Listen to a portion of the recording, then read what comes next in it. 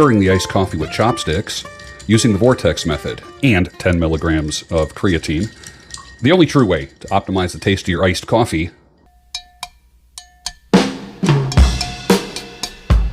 At the molecular level, good morning. Welcome to the Daybreak Show. I am the Sultan. We'll get started, but first, iced coffee. Actually, this is my second cup today. First cup was hot.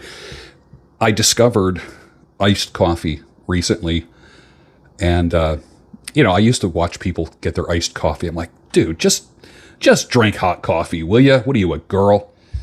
Because I only saw women drinking it. And then I had coffee left in the coffee pot in the French press, and I didn't want to heat it up, and I'm thinking, maybe I'll just add some ice to it. I added some ice to it, a little cream in it, monk fruit sweetener, creatine, and I'm hooked for a second cup of coffee. Now, at 4 a.m. when I make my coffee, I like hot coffee. Second cup, I'm loving this. Absolutely loving this. So my apologies to all the iced coffee drinkers who I used to break your chops. Everybody, including you and me, we get million-dollar ideas, but most of us hit the snooze button. Man, are you a snooze button hitter? I am. I know that to be more effective in life, I got to just get rid of the snooze. And I do like a 5-minute snooze. And it seems like that 5 minutes, it feels like an hour. Like you're like, no, it's too early. You hit the snooze. And then like you go off to dreamland. Then of course, 5 minutes later, it wakes you up out of your dream. I've done that. But how many times do we do that with ideas? You get struck with an idea and you hit the snooze button. Then you go back to your comfortable little 9 to 5, Monday through Friday life. Here's an idea. Next time an idea hits you, don't silence it. Instead, act on it. And I guarantee it will be a game changer for you.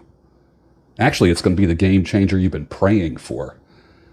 So you need to wake up, literally and figuratively. Wake the fuck up.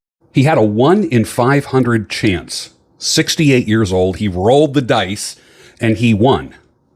$8 million a year is what he made at the end of his career, or actually when he thought his career was over. From 2006 to 2016, from 68 to 78 years old, Jonathan Goldsmith was the Dos Equis guy, the most interesting man in the world. So for you guys that are a little bit older, never give up. Never give up. You never know. You know when you lose? When you stop trying. For those of you that are new listeners, you know I'm a classic rock music fan. I'm a music fan in general. You probably did not know that Meatloaf, the musical singer, did most of the vocals on Ted Nugent's 1975 Free For All album. When you listen to the song Together, and there's many more songs on that album, it gives you a new respect for him. Just because, he was always doing, 2 Out of 3 Ain't Bad, Paradise by the Dashboard Lights, very dramatic, melodramatic ballads. The guy could rock. I think he died too soon. That's my opinion. And it certainly was a loss for humanity, I believe. But check out the song Together on Ted Nugent's album called Free For All. You will have a new respect for Ted Nugent. You will have a new respect for Meatloaf. In my top 10 horror films, the movie Nope, N-O-P-E, Nope, by Jordan Peele. You probably never heard of it, but I will tell you it's an incredible horror film. Number one, it's part of the big monster genre, which I love. I love anything with huge monsters, everything from Siren Head to King Kong to Godzilla, Cloverfield, like anything with a giant monster I always thought was kind of fun. Number two, I guarantee you've never seen a creature like the one in Nope. I guarantee it. Number three, it flipped from sci-fi to horror to thriller the whole time. Number four, his use of color stands out. If you watch the movie Nope, you're going to see just like bright colors in the middle of nowhere. And the choice of color is not accidental. Everything, by the way, every time you see a scene in a movie, that means it was blocked, which means that they set everything up. For instance, I block this right here, what you're looking at right here. Everything that you see, there's a reason for it. Okay? The rooster. When he's straight up, the world is fine. When it's crooked, there's something going on in the world and the politics. When it's upside down, everything is being turned upside down. I will let you newbies know, you old heads know this, the OGs. There's 3 to 5 subliminal clues in every single Daybreak show, and it has been that way for 8 years. We're going into season 9 real soon, and I will. This channel will be 10 years old come February. Believe it or not, I started this channel. I believe it was February 16th of 2016. This is my second YouTube channel. Number 5. There's lots of zooming into faces. Jordan Peele does that. I actually like Jordan Peele. His directing is fantastic. His stories are off the wall. He's kind of like, he reminds me of like M. Night Shyamalan. I guess that's how you say his name, the guy who did The Sixth Sense and all these movies after that. There's a lot of, they're just different directors. They're not just your standard directors. Number 6, it freshened up the horror and monster genre a little bit. And nothing like it has ever been done before. And he took such a huge risk by putting out this movie and creating this creature that you've never seen. Like I said, you've never seen anything like it. It's very risky. So check out the movie Nope by Jordan Peele. The Godfather, you know, it's hard to top that movie. For those of you that have been around for a while, I was a film minor in college, and I have made films. I was a commercial actor. I was a voiceover artist for a long time. I did hundreds of commercials, TV commercials that many of you have seen. At the time, I didn't have a beard. Some of them I had beards, mostly a goatee or kind of like scruff, that kind of thing. So I've always been interested in being in front of the camera. And I've done some stuff behind the camera as well. I was an assistant director on a TV series that I'll share with you sometime. But The Godfather, all-time favorite movie. It's just hard to beat that. It doesn't share number 1 with anybody. But if it did, it would share the number 1 spot with La Grande Bellezza by Paolo Sorrentino. And it's the most profound dramatic film I've ever seen. It's an Italian film, and it was described like this. An aging writer has spent many years seducing his way through the lavish nightlife of Rome for decades, but after his 65th birthday, he starts to look past the nightclubs and parties to find a landscape of exquisite beauty. La Grande Bellezza. Now, every man who's had brushes with men's content, manosphere, a red pill kind of stuff, you're going to be moved by this movie. But this is what you need to do. You need to see the Italian version with the English subtitles. Don't freak out about the subtitles, okay? You get used to it after you start watching them. If you watch the English language dubbed version, it's not going to have the same impact. Watch the Italian version with English subtitles, unless you speak Italian. The fashion and wardrobe is off the charts. There are some things in that movie, and the movie came out, I think, in 2013, if I'm not mistaken. I mean, it's not a new movie. It's an older film.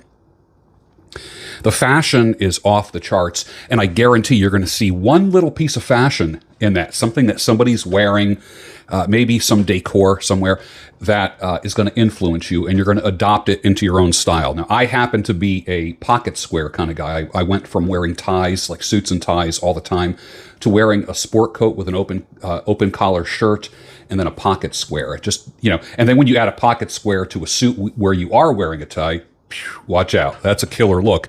But I do kind of like the open collar sport coat look with the pocket square. And there's a lot of that in this movie. But I guarantee you're going to find something in there about the way that they're dressing that you're going to be like, I wonder if I can pull that off.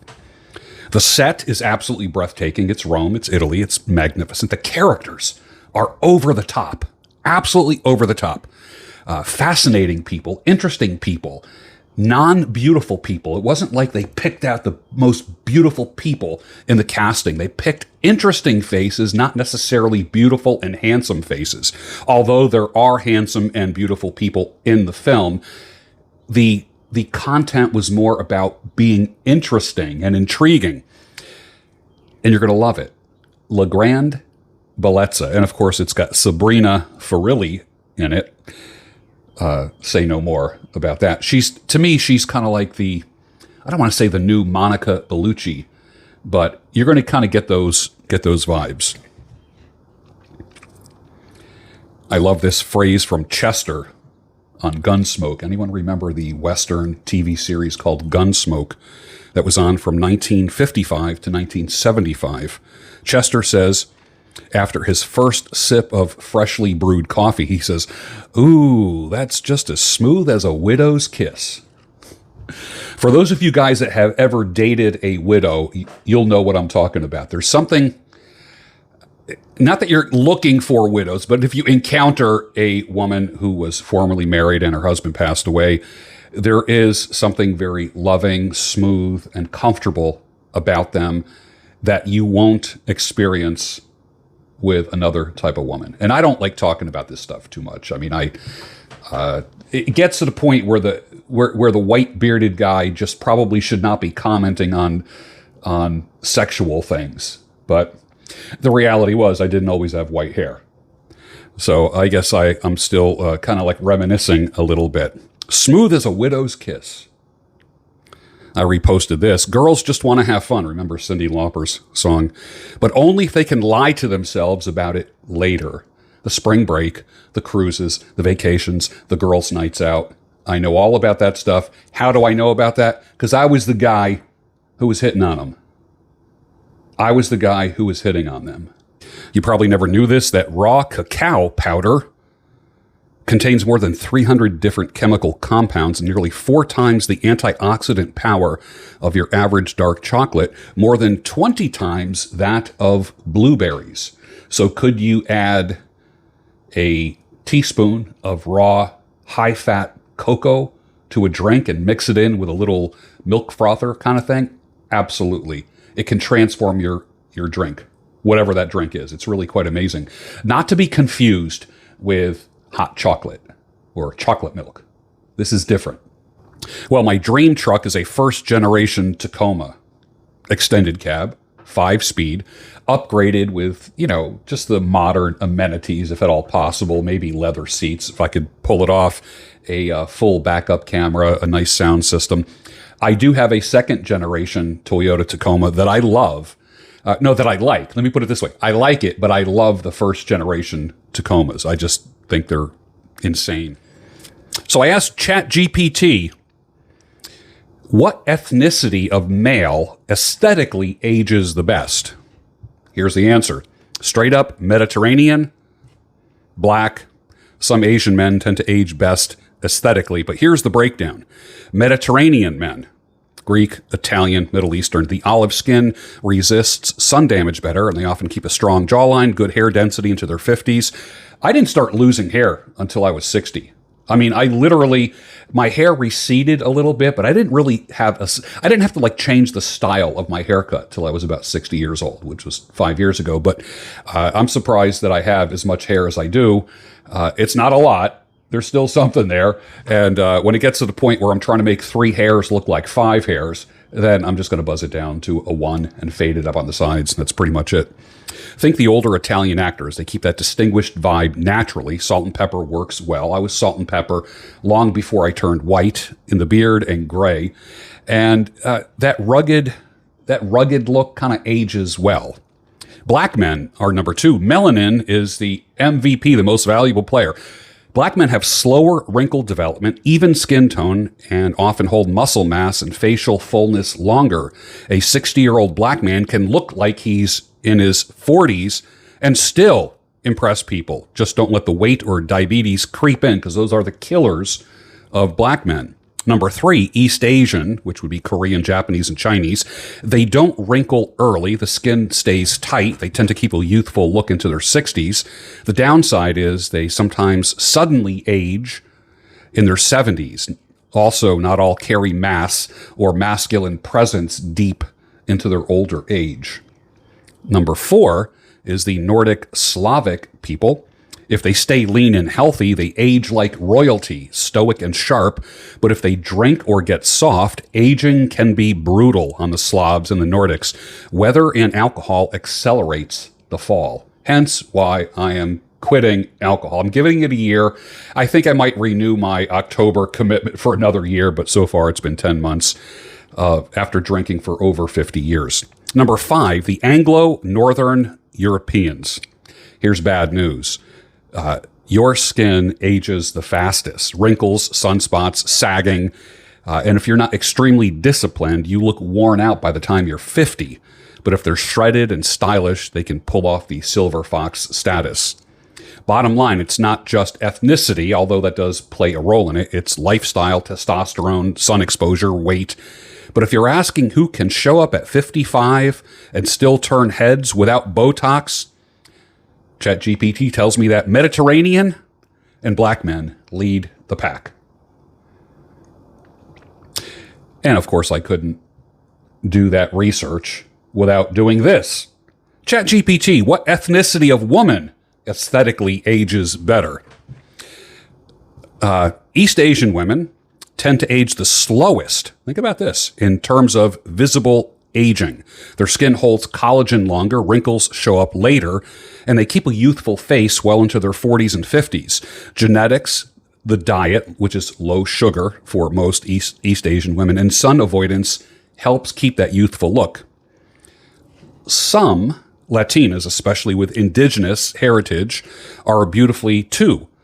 They age beautifully too. Strong bone structure, olive tone skin that resists wrinkles, but weight gain is a factor with most Latina women after 40. They start looking like chubby grandmas after 40 if they don't stay on it. It's just an observation, not a judgment. White women, particularly of Northern European descent, like Scandinavian or UK or Irish, Scottish, British, often show aging earlier, wrinkles, sun damage, sagging, especially if they tanned when they were younger or smoked. Thin skin plus UV rays are a recipe for fast aging. Black women, especially with more melanin, tend to age gracefully in terms of skin tone and wrinkle resistance. They can look 10 to 15 years younger than their age, but aging may show more in their body composition and elasticity, not just the face. How many of you guys were like dating around and you would see pictures of black women, just gorgeous, beautiful facial features, great skin tone, and then you saw the full body shot and it just, everything went downhill from there. They have to manage their weight and watch their body composition. When was the last time you saw a thin black woman? You get all these guys saying, I like my women thick. Thick? You mean fat, diabetic, and hypertensive? Let's get real. Don't shoot the messenger here. On to Middle Eastern and South Asian women often have beautiful aging if they manage weight and sun exposure. Skin tone helps, but lifestyle matters really huge there. So what is the bottom line with women and aging? Genetics are destiny until lifestyle accelerates or slows it down. But East Asians and darker skinned women generally win the skin aging game. Who gets hit the hardest? Unless they play defense early, white women. Aging favors melanin and collagen density. Pale skin always pays a price. Some of you are in a tough spot. I know that because I get your messages, I get your emails, I see your comments. And my hope is that you see something, you hear something on this channel that ignites a fire in you that cannot be put out. I don't care what age you are. If you're 20 or if you're 75, I can probably help you. My goal here is that you will take all the information that I give, and there's years of it. There's thousands and thousands of hours of information here that will help you, and that something will flip a switch inside of you that will make you unrecognizable by this time next year. You'll be making different decisions. You'll be looking different. You'll be reacting different. Your reactions will be rational, not emotional. This channel is for your growth, sometimes for your entertainment, because a spoonful of sugar does make the medicine go down. The hard to swallow pills go down easier with a little bit of humor. So that's why I inject humor in some of the stuff here. Here's a question for you. If it's true that Professor Alexander Dugin is Putin's brain, then who is Trump's brain? First of all, if you haven't discovered Alexander Dugin, Dugin, just look him up. I was introduced to him by a former girlfriend, and I followed him ever since. But who is Trump's brain? Who is the bird chirping in Trump's ear most recently? Put your answer down below. A wife got so mad at her husband that she packed his bags and told him to get the hell out. As he walked to the door, she yelled, "I hope you die a long, slow, and painful death."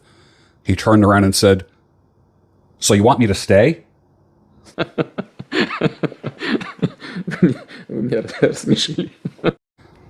Listen, I help guys recover from broken relationships, the pain, the trauma, the chaos of broken relationships and marriage.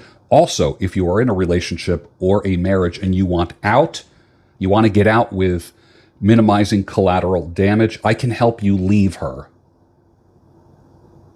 It's expensive. It's not cheap, but neither is staying in a situation like that. Speaking of aging fast, right? Did you hear about the new Vietnamese Italian restaurant? It's called Forget About It. Some of you, that just went right over your head. Here's a picture of every feminist when the World War III draft starts. I thought this was funny. A pair of brass knuckles that looks like the McDonald's arches. I call it McFuck around and find out. For those of you that are news junkies, just remember, and I've been watching wars for decades now, all wars start as information wars. I guarantee you that the bullshit flies long before missiles and bullets do. All right, I'm going to rant about something here. For you guys that are dating, you know what I'm talking about. What the hell is it with women and their overweight pets? You know, the constant baby talk and the constant treats. That's a death sentence for every pet. You think like the sawdust treats that you buy in the store are good for your pet, your dog? You're guaranteeing your pet a shitty death. Women will do anything to feel loved. No, your pet does not love mama. Sorry. You trained it to talk, to cuddle, to nudge you with consistent behavioral reinforcement. It's behavioral psych. It's what it is. It's classic behavioral modification. BMod 101. Now your pet's fat, unhealthy, has a shortened life because you deluded yourself into thinking that it loves you when it's only following its nature, which is to eat. Now, are there some parallels between pets and women? Yes. I've always said this too. Women don't marry the man, they marry the lifestyle. When a man says, "I love you" to a woman, he truly means it, and he backs it up with actions. Women, when they say they love you, they're really saying, "I business you." Don't doubt me on that. Animals are only following their nature, which is to eat and find comfort. It's a 100% Pavlovian behavioral science response. Love has nothing to do with it. No, sorry. Molly doesn't love mama. Sorry. Love's got nothing to do with it. It's like when you end up ragdolling a woman at home and you sense that, and she senses that you're about to leave, and she says, "Just hold me." You know, like, and you hold her and you're just like, you know, you got your arm around her. You're like looking at your watch. You're thinking about how early you got to get up the next day. You just want to get the hell out of Dodge. And you players know exactly what I'm talking about. She got tossed like a salad. She feels slightly guilty, and she has to trick herself into thinking that some of it was love, or at least part of it. So you hold her as you're plotting your escape, not because it meant something, but because she needs to believe that it meant something. Girls just want to have fun, but they got to convince themselves that it wasn't all lust. Simply put, you scratched her itch. Now she wants to inject some kind of meaning into it. Let me echo Tina Turner's words. What's love got to do with it? I'm not condemning women in any way. Women love sex just as much, maybe even more, than men do. Don't doubt me on that one. You slip out the back, Jack. You make a new plan, Stan. You don't need to be coy, Roy. Just get yourself free. Hop on the bus, Gus. You don't need to discuss much. Just drop off the key, Lee, and set yourself free. Paul Simon, 1975. What is that song? 50 Ways to Leave Your Lover? Did you hear about the guy that overdosed on X-Lax and Cialis? He didn't know whether he was coming or going. Due to the recent downturn of economics in our country, Vietnamese hookers will only love you medium time. Me so horny. Me love you long time. I've always had this question. Cinnamon is great for blood pressure. Broccoli sprouts are great for reducing diabetic symptoms. Ginger can help with inflammation.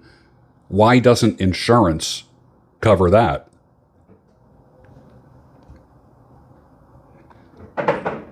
There's no money in cures, is there?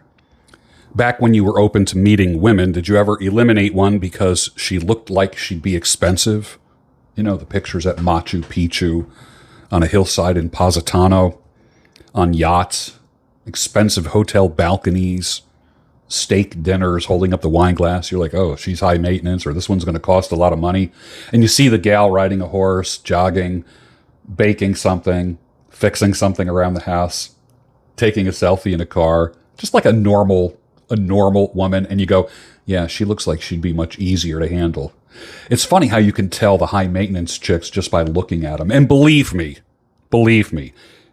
women are quite aware of how they market themselves. I think somebody should do that as a podcast. Will it be you? It's not going to be me. I give blood every 2 to 3 months. You sit down, they check your hemoglobin, they ask a bunch of wild questions. One of the questions was, have you paid for sex in the past 3 months? And of course I started laughing when the nurse asked me that. She says, I know why you're laughing. I said, oh really? Why? She said to me, her exact words, you were going to say all men pay for sex. I said, yeah, one way or the other, you're right. And that was one of my most fun blood drive experiences. It was very spontaneous, flirty, and kind of fun. Don't be afraid to flirt, guys. Don't be. I mean, I know there's a fine line between flirting and being creepy, and you have to have the sense of whether a woman can take it. And when I saw the look on this woman's face, I instantly thought to myself, I know she can handle it. Her eyes were sparkly and wide open, and she had kind of a little smirk when she asked the question, so I knew exactly how to answer that question. All right, so here is a news report. Men should suck women's breasts to prevent breast cancer, said an expert. An expert, right? The guy says, are you willing to help prevent cancer? And I said, I guess the childless, strong, independent women married to their careers won't get cancer because they have men suckling on their breasts at least a couple times a week or on the weekends. And I will leave you with this. Most men aren't depressed. This is a very controversial thing that I say quite often. You're not depressed, you're discouraged. Low testosterone, fake news, porn, processed food, compromised sleep, and a woman who resents you give man sovereignty, freedom, and a mission, and watch Big Pharma lose a customer, and watch a man be free. And with that, finish your iced coffee with creatine in it, and I will see you on the next Daybreak Show, the only home of sanity, clarity, and reason.